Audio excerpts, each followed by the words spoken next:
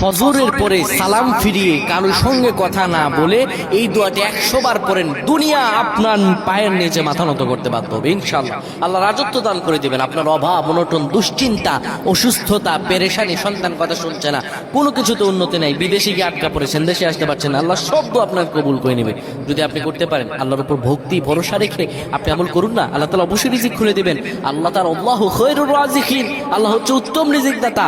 আল্লাহ আপনার তো অবশ্যই কবুল করবেন। আল্লাহ বলেছেন উদউনি আস্তাজিব লাকুম, আমার কাছে চাও আমি দিয়ে দিব। এই কথাগুলো তোমরা শেয়ার করে দিবা, ফ্যামিলি সবার কাছে শেয়ার করবা। তুমি আমল না করো সওয়াব পাবা যদি তোমার একটা কথা অন্য কেউ শুনে আমল করে। আমার প্রিয় ভাই, ফজর নামাজের পরে নবীজি কখনো আমলটা ছেড়ে দিতেন না। কেউ যদি ফজর নামাজের পরে পড়ে সুবহানাল্লাহি ওয়া বিহামদিহি সুবহানাল্লাহিল আযীম 100 বার যদি কেউ পড়তে পারে, কারো সঙ্গে কথা না বলে 100 বার পড়ার কারণে আমার আল্লাহ রব্বুল আলামিন তাকে রিজিক